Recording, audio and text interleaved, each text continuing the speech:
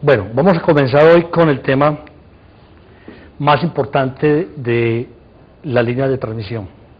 El tema es cómo acoplar fácilmente una carga terminal que es reflectiva, que envía señal desde la carga hasta el generador después de que la señal ha llegado desde el generador hasta la carga.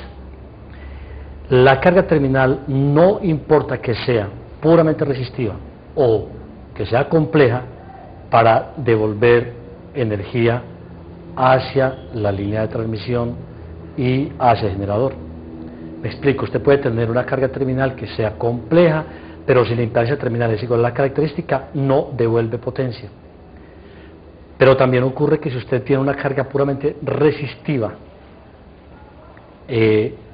y además diferente de la impedancia característica, esa impedancia, a pesar de que es puramente resistiva, devuelve potencia.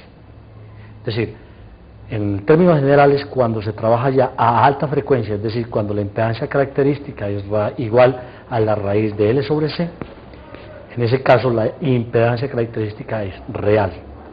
Y en términos generales decimos, si la impedancia terminal es compleja, devuelve potencia. Y si la impedancia terminal es resistiva, pero diferente a la impedancia característica, devuelve potencia.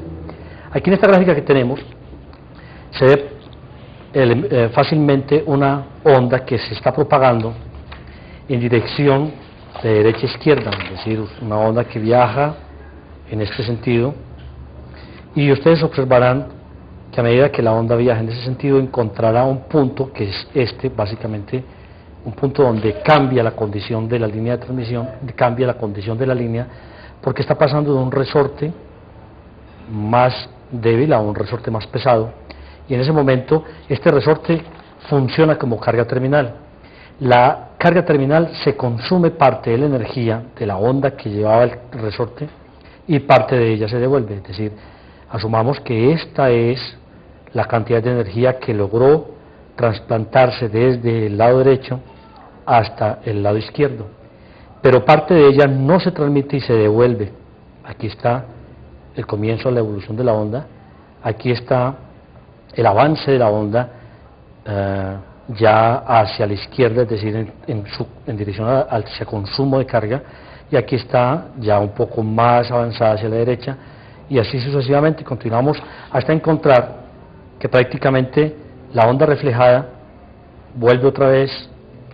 En esta gráfica se da cuenta usted de que va llegando casi al final, pero la línea de transmisión a la derecha que hemos considerado como carga terminal, prácticamente la onda no ha viajado sino un tramo muy pequeño. O sea, la densidad que tiene el cable, el resorte en este lado, es tan alta que la velocidad de fase viaja a una velocidad mucho menor que la velocidad de la señal de la onda cuando se refleja. Por ser un cable más suave, o sea, tiene una velocidad de fase mejor, más rápida en este cable que en este otro. Más simple todavía que esa presentación que acabamos de hacer está esta otra, y es la misma onda que viaja de derecha a izquierda. A medida que va caminando ella sufre un poco de atenuación. Mire que la amplitud relativa con respecto a esta es menor aquí que acá, y así sucesivamente va disminuyendo la amplitud a medida que se acerca al punto donde vamos a llamar punto de terminación. Cuando la onda llega hasta este punto, parte de ella se transfiere, pero si la cantidad que se transfiere es poca, empieza a devolverse prácticamente la misma cantidad de onda. Si no es poca, sino importante, entonces empieza a devolverse una cantidad de onda menor, una amplitud de onda menor, y empieza a viajar en esta dirección, tal y como lo vemos en la gráfica, hasta tal punto que volvemos al comienzo de donde partimos. Correcto. Es decir, volvamos a mirar, partimos de una onda con una amplitud importante, ella viaja a la izquierda atenuada, va disminuyendo su amplitud, toca prácticamente la carga final, aquí empieza la condición de devolución de la señal, aquí se ve ya la señal devolviéndose, avanza en este sentido, continúa hasta ya prácticamente llegar al tope final que fue donde partió. Esta es la onda reflejada, producto de una carga que es en este caso mecánica, que es reflexiva, donde se consume parte de la señal y parte de ella se devuelve otra vez. Ahora bien, esa condición que nosotros hemos manejado todo el tiempo de una carga terminal hasta el momento, que era no reflexiva, se genera una condición diferente en la distribución de la impedancia de la línea de transmisión. Recuerden ustedes que la impedancia terminal, si es distinta a la impedancia característica, crea una distribución de impedancia a lo largo de ella, de fin a principio o de principio a fin, diferente punto a punto. Cuando nosotros tomamos las ecuaciones en donde decíamos que cada lambda medio se repite, recuerden ustedes que esas ecuaciones eran tomadas exclusivamente asumiendo que la atenuación era cero. Pero en la realidad, si introducimos el término de alfa en la ecuación, que es esta, en la ecuación completa, si introducimos ese término de alfa, es decir, donde aquí j desaparece y se convierte la ecuación en tangente hiperbólico de alfa L más J beta L. Esa atenuación hace que el valor de la impedancia punto a punto cambie, independientemente de si es lambda medios o no. ¿De acuerdo? Sin embargo, para nuestro análisis, para facilitar el análisis, vamos a continuar en la ecuación simple, en donde mantenemos la condición de que la atenuación sigue siendo cero. Y esta es la ecuación que siempre hemos manejado. Aquí tenemos la impedancia de entrada en función de una z terminal compleja, pero si hacemos que la impedancia terminal sea puramente resistiva, la impedancia de entrada no cambia mucho en su presentación, simplemente que la parte real es lo único que aparece de esta impedancia, la parte imaginaria desaparece, pero finalmente el numerador tiene una composición con parte real y parte imaginaria. Total que la ecuación a su haber tiene un comportamiento muy parecido en el caso en que la impedancia terminal es puramente resistiva, como cuando no lo es. ¿De acuerdo?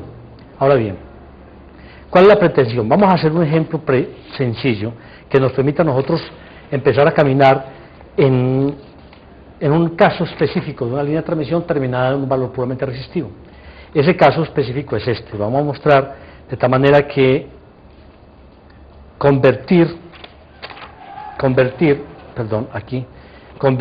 la admitancia de entrada en la impedancia de entrada, en la admitancia de entrada es una forma simple, es decir, invertimos el denominador y el numerador y convertimos esto en 1 más JR sub T normalizado por tangente de beta L y colocamos el numerador como denominador. Si coincidimos pues con la presentación de la admitancia de entrada y conductancia terminal, pues presentamos más bien, en vez de RT, presentamos la ecuación como G sub T. Y la admitancia de entrada normalizada en este caso será entonces igual a G sub T más J tangente de beta L dividido por 1 más JG sub T tangente de beta L, normalizados. ¿Qué significa esto? Esto significa que yo puedo presentar desde el punto de vista matemático la misma información si yo valoro la ecuación desde el punto de vista de admitancia o si la presento como impedancia. Pero cuando la presento como admitancia, la estoy presentando es con una conductancia en paralelo con una susceptancia. Y cuando la presento como impedancia, estoy diciendo que tengo la representación de la línea como una resistencia en serie con una reactancia. Me explico. Supongamos, este punto será una resistencia en serie con una reactancia. Hagámoslo más de cerca. Si ese es el hecho, cuando yo cambio este ZT, más bien lo cambio por Y sub T, es decir, Y sub T normalizados, todos estos términos normalizados, entonces el gráfico se convierte en algo como esto. Volvamos a dibujar aquí la línea de transmisión, donde tenemos esta impedancia terminal, que ya la vamos a llamar admitancia terminal, pero que es esta misma. Y en este punto la interpretación gráfica ya será más bien una conductancia en paralelo con una susceptancia. B. Puesto que hemos dicho siempre que como la medida la vamos a hacer con un observador colocado acá, entonces llamamos esto G sub in y esto lo llamamos B sub in, ambos normalizados.